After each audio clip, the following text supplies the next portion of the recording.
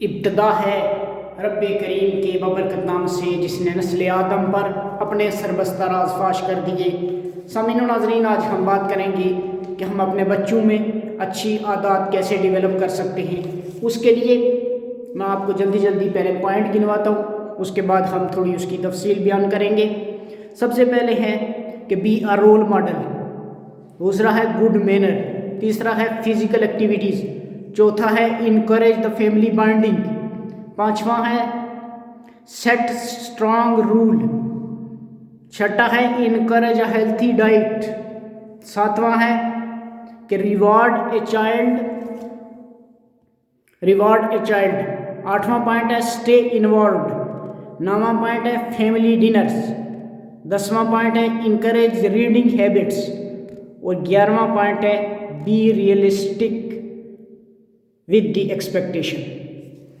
سامعین و ناظرین، یہ 11 پوائنٹ ہیں، یہ ہم نے اپنے ذہن میں رکھنے ہیں۔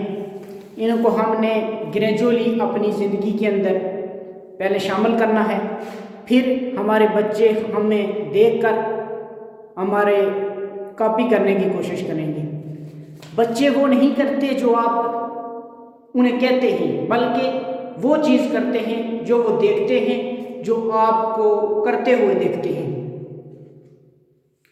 پہلا جو پوائنٹ ہے کہ بی اے رول ماڈل، آپ ایک رول ماڈل کے طور پر اپنے بچوں کے سامنے ہونے چاہیے۔ یعنی آپ اچھے کام کریں گے، آپ کے بچے آپ کو دیکھ کر غیر ارادی طور پر وہی آپ کے کام کاپی کرنے کی کوشش کریں گے۔ آپ اگر بچوں کو کہتے ہیں کہ جھوٹ نہیں بولنا، آپ اپنی پریکٹیکل لائف میں جھوٹ بولتے ہیں، تو بجائے سے ہی اگر آپ اپنی پریکٹیکل لائف میں جھوٹ بولتے ہیں تو وہ لا ملال جھوٹ کو سیکھیں گے، وہ سچ کو نہیں سیکھیں گے۔ آپ جتنی تلقین کر لیں، آپ نماز نہیں پڑھتے، بچوں کو کہتے ہیں بیٹا نماز پڑھو، یعنی کہ آپ خود نہیں کرتے کام اور بچوں کو کہتے ہیں کہ آپ یہ کام کریں۔ وہ کہیں گے کہ ہمارے ابو جان، ہمارے پاپا، ہمارے والد صاحب یہ کام نہیں کرتے، ہم بھی نہیں کرتے، کوئی اتنی خاص ایشو والی بات نہیں ہے۔ یعنی کہ ہم نے رول ماڈل کے طور پر اپنے بچوں کے سامنے پیش ہونا ہے، یعنی کہ ایک رول ماڈل کے طور پر۔ اس کے بعد ہے گڈ مینر، یعنی کہ اچھی عادات، اچھے اخلاق سے دوسروں سے پیش آنا۔ فزیکل ایکٹیویٹیز میں یہی نہیں کہ ہم نے بچے پڑھو، کچھ فزیکل جو بھی ایکٹیویٹیز وہ کرتے ہیں، کچھ کھیلتے ہیں، آپ کچھ ٹائم ان کے ساتھ سپینڈ کر سکتے ہیں۔ اس کے علاوہ سیٹ فیملی، یعنی انکریج دا فیملی بانڈنگ، یعنی کہ بچوں کو رشتوں کی پہچان بتانا، یہ تمہارے چاچے ہیں، یہ پھپھو ہے، یہ خالہ ہے، یعنی کہ ان کو ایک پہچان ان کی، یعنی کہ ان کی وہ قدر کریں جیسی وہ آپ کی کرتے ہیں۔